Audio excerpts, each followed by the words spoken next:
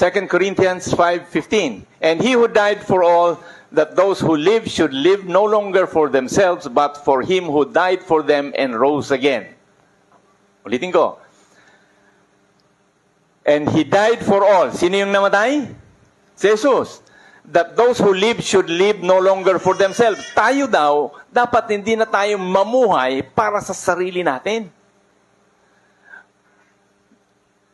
But for him who died for them and rose again. Siya ay namatay, pero nabuhay muli. Doon dapat tayo. We should live for the Lord Jesus. Sabihin mo sa katabi mo, mamuhay ka para kay Jesus. Iyon ang katotohanan, mga kapatid. That is the truth. Kaya nga, ang title ng ating pinag-uusapan is katotohanan. That is the truth. And if you are not living in the truth, saan ka?